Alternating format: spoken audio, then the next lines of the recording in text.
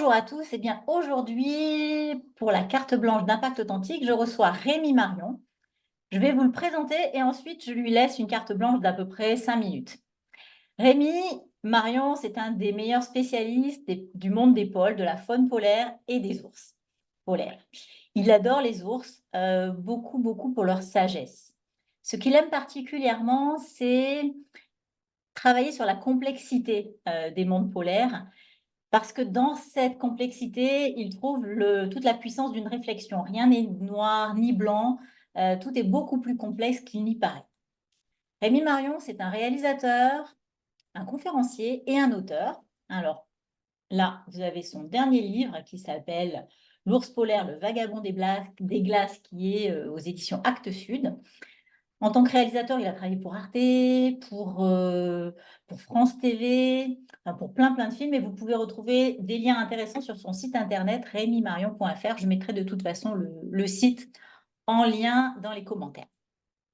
Rémi, il est aussi chevalier des arts et des lettres, membre de la Société de géographie et membre de la Société française des explorateurs français. Donc Rémi, je te laisse la parole. Alors les cartes blanches d'Impact Authentique, c'est vraiment donner la parole à des gens que je trouve inspirants et authentiques. Toi, c'est le cas pour tout ce qui est tous ces mondes en fait qu'on connaît peu finalement. Et j'aimerais bien que tu nous dises un petit peu ce que c'est que pour toi l'impact authentique dans ton métier. Alors pour moi, l'impact authentique, c'est surtout le témoignage, hein. C'est important. Moi, ça fait presque 40 ans que je vais dans ces régions. C'est un privilège et j'en suis particulièrement conscient que d'aller dans ces régions-là. Et du coup, de ce privilège, il faut que je en redonne quelque chose. Et donc, ce sont mes témoignages. Le témoignage de ce que j'observe, de ce que je peux découvrir, mais aussi des rencontres que je peux faire avec des scientifiques, avec des locaux, avec des chasseurs inuits, par exemple, et tout ça. Et ça construit aussi ma réflexion. Mais ce que je veux faire surtout, c'est transmettre tout ça sous forme de témoignages. Et c'est pour ça que je fais des films, des livres, des conférences.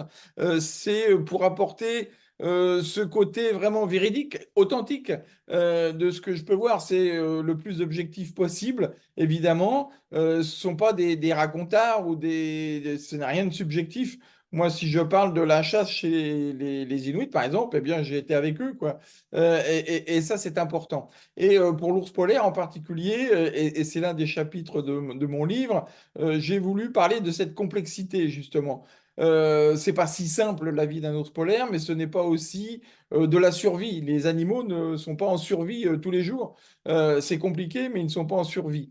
Et ça, c'est vraiment important pour moi de parler de cette complexité parce que ça ouvre le débat, ça donne des pistes de réflexion et rien n'est tout blanc, rien n'est tout noir comme tu le disais. Et pour moi, c'est vraiment fondamental. Il faut échanger plutôt que de rester sur des poncifs ou sur des idées préconçues. Et le témoignage, l'authenticité des témoignages, pour moi, va permettre justement d'ouvrir cette discussion et d'élargir la complexité et le propos. Et pour moi, l'authenticité, elle est là, quoi, hein. Et c'est vraiment fondamental. Et moi, j'interviens dans des classes, par exemple, avec des adolescents que l'on voit rarement, d'ailleurs, que l'on va voir rarement. Eh bien, eux, ils ont besoin d'authenticité, de témoignages, un peu d'aventure aussi, parce que ça les entraîne aussi dans les régions polaires. Et ça, c'est vraiment fondamental pour ouvrir le débat et pour ouvrir aussi des discussions et puis poser des questions, que tout le monde pose des questions et ne reste pas sur des poncifs, une vulgarisation trop simpliste. Et c'est vraiment moi ce qui m'intéresse dans le témoignage et l'authenticité, c'est cette complexité que l'on peut trouver et ce qui permet aussi à tout à chacun aussi de se faire une opinion.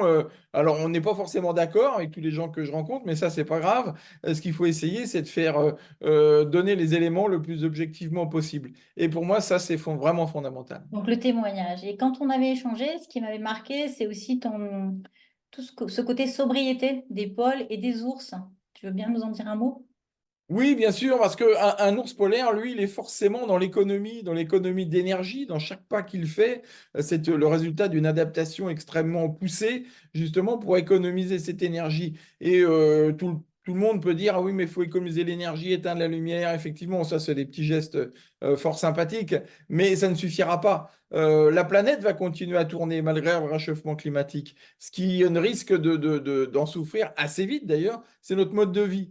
Et tout ça, on pourrait peut-être le conserver si on admettait une certaine sobriété plutôt que de consommer à outrance, plutôt que de voyager à outrance, voilà, et revenir à une certaine sobriété. Je pense que les pôles et l'adaptation des animaux polaires, qui eux sont obligés d'économiser l'énergie, économiser la nourriture, eh bien, ça, ce sont des exemples importants. Même les populations autochtones hein, qui vivent là-bas, on en parle malheureusement assez peu, eh bien, se doivent d'une certaine sobriété. Tout est très très cher dans le Grand Nord, donc on ne peut pas non plus consommer à outrance. Donc tout ça ce sont des exemples et c'est ce que je développe moi dans mes conférences, dans mes interventions et dans mes livres. C'est Puis vraiment. on n'est pas ravitaillé tous les jours non plus dans le Grand Nord. Donc, quand on a quelque Oui, chose c'est à ça. faire. On n'est pas ravitaillé dans. Et puis en plus, il y a des tas de gens qui voudraient ou qui tapent aussi sur les gens des régions polaires sans justement voir la complexité de la vie dans ces régions-là. C'est très compliqué pour la jeunesse, pour les adolescents dans l'Arctique. Et tout ça, c'est vraiment des points auxquels sur lesquels il faut insister vraiment à chaque présentation. Et pour moi, c'est aussi une clé de communication. D'ailleurs, l'ours polaire. Pour moi, on en parle beaucoup trop, mais par contre, moi, je l'utilise comme clé pour parler du reste, justement. Et ça, c'est très, très important. Donc, ça tourne autour de la complexité, de l'ouverture finalement, de dépasser un petit peu les idées préconçues, les idées reçues qu'on peut avoir, de l'échange et puis de la sobriété, si je retiens ce que tu es en train de me dire. Tout ça, c'est fondamental. On ne peut pas rester sur des poncifs et sur des idées préconçues. Et malheureusement, ça amène à des excès, comme par exemple dans les eaux, hein, dans les eaux, où on communique toujours de la même façon avec le réchauffement climatique pour justifier l'indéfendable, en fait, quelque part. Mais on utilise toujours cette médiatisation à outrance du réchauffement climatique. On n'a pas besoin d'aller chercher l'ours polaire et de convoquer l'ours polaire pour parler du réchauffement climatique. On le voit devant notre porte. Et je pense qu'il y a un moment donné, il faut aussi prendre conscience de nos responsabilités et des enjeux qui sont les nôtres. Bah, écoute, Rémi, je te remercie beaucoup. J'étais ravie de t'avoir et puis à très vite en tout cas. À très vite aussi pour tout le monde, pour d'autres cartes blanches d'impact authentique. Donc si vous voulez en savoir plus sur Rémi, je vous mettrai le lien de son site internet. Il y a plein de vidéos fantastiques, vraiment merveilleuses. Des bouquins également pour aller creuser un petit peu tous ces thèmes. Et puis pour les prochaines cartes blanches, bah, je vous invite à vous abonner sur la chaîne ou à suivre ce que nous faisons. Merci Rémi. Merci, Véronique.